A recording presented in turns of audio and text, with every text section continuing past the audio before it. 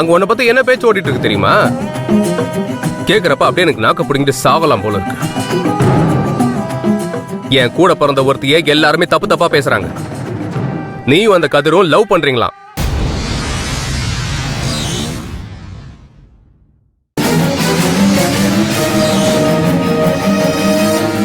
சொல்லு, நீயும் கதிரும் லவ் பண்றியா? யார் சொன்னா? அங்க எல்லாரும் இப்படிதான் பேசிக்கிறாங்க. தோ இப்ப கூட கதிர் ஏதோ ஒரு குழந்தைக்கு பேர் வைக்க சொன்னா அவன் நர்மதான்னு உன் பேரை வச்சிருக்கான்.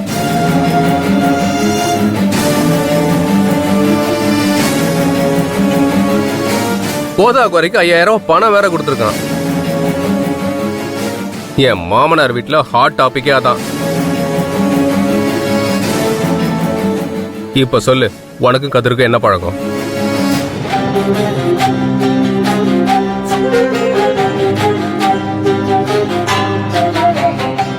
இப்படி பேசுறதுக்கு உனக்கு கூச்சமா இல்ல?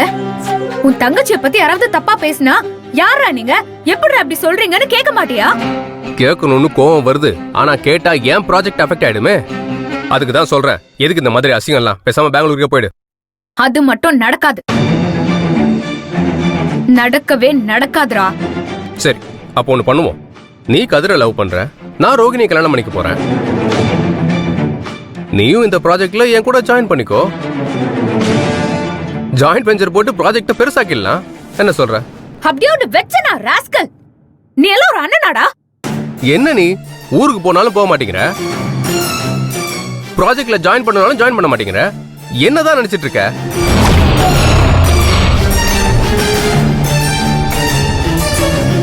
ஹேய், இந்த பாரு, நான் செம்ம கோவத்துல இருக்கேன். மரியாதையா போயிரு, இல்லன்னா அவ்வளவுதான். என்ன சிஸ்டர் இது? எதுக்கு எடுத்தாலும் கோவப்பட்டு இருந்தா எப்படி?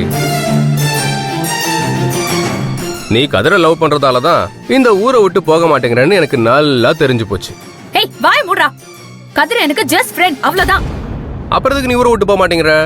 ஏன்னா உன் வண்டவாளத்தை ஊர் பூரா சொல்லணும்ல. அது கஷ்டம், ரொம்ப கஷ்டம்.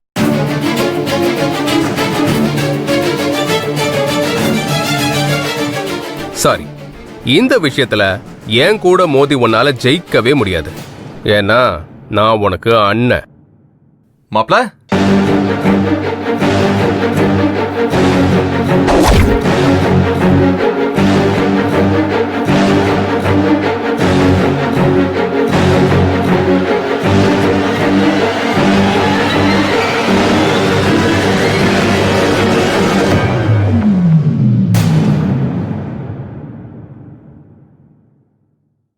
என்ன உங்களை வீட்டுல தேடிட்டு இருக்காங்க?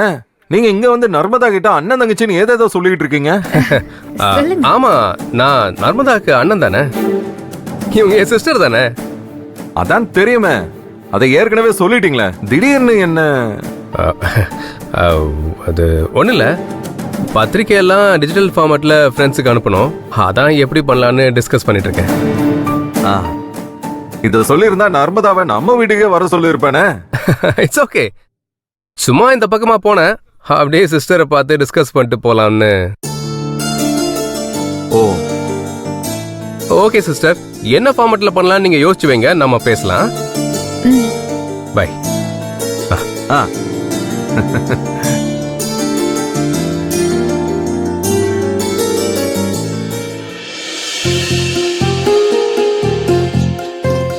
என்ன நர்மதா, நீ பத்திரிக்கைலாம் அடிச்சு கொடுப்பியா?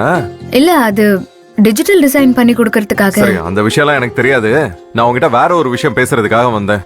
அதுக்கு முன்னால நான் உங்ககிட்ட ஒண்ணு கேட்கணும். என்ன? இன்னைக்கு ஒரு குழந்தைக்கு ஏன் பேர் வச்சீங்களா? சொல்லுங்க, வச்சீங்களா? ஆமா, எப்படி தெரியும்? யார் சொன்னாங்க? யாரோ சொன்னாங்க. அதை விடுங்க, எதுக்கு ஏன் பேரை வச்சீங்க?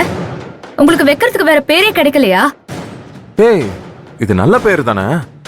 ஆனா பாக்குறவங்க இத நல்ல விதமாவே எடுத்துக்கலையே.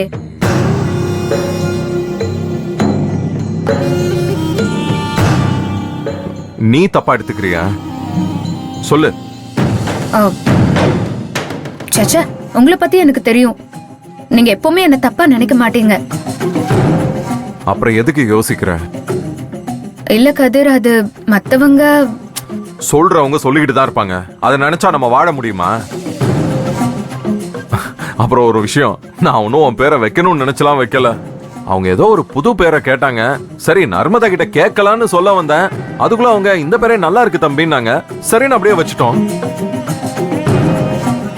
அப்புறம் தாத்தாவும் நல்லா இருக்குன்னாரு. சரின்னு அப்படியே வச்சுட்டோம். இதுல எந்த உள்நோக்கமும் கிடையாது, அவ்வளவுதான். இந்த பாரு, நான் உன்னை ஃப்ரெண்டா தான் நினைக்கிறேன், நீயும் என்ன ஃப்ரெண்டா தான் நினைக்கிற. நம்ம மனசுக்குள்ள ஒண்ணு இல்லாதப்போ மத்தவங்கள பத்தி நம்ம ஏன் நினைக்கணும்? இந்த தெளிவுதான் கதிர் உங்ககிட்ட எனக்கு ரொம்ப பிடிச்சிருக்கு. அப்புறம் ஒரு முக்கியமான விஷயம், ரோகிணிக்கு கல்யாண மேக்கப் போடுறத பத்தி நீ தான் முடிவெடுக்கணும். அது இப்பவே யார் என்னன்னு பேசி வச்சிரு. இல்லன்னு வையன், அவ தனக்கு தானே மேக்கப் போடுறேன்னு சொல்லி கல்யாணத்தை கெடுத்து விட்டுருவா. அதுக்கெல்லாம் ஆள் இருக்காங்க. இப்பவே ஆன்லைன்ல புக் பண்ணிடலாம். அப்படியா? கொஞ்சம் இருங்க, லேப்டாப் எடுத்துட்டு வரேன்.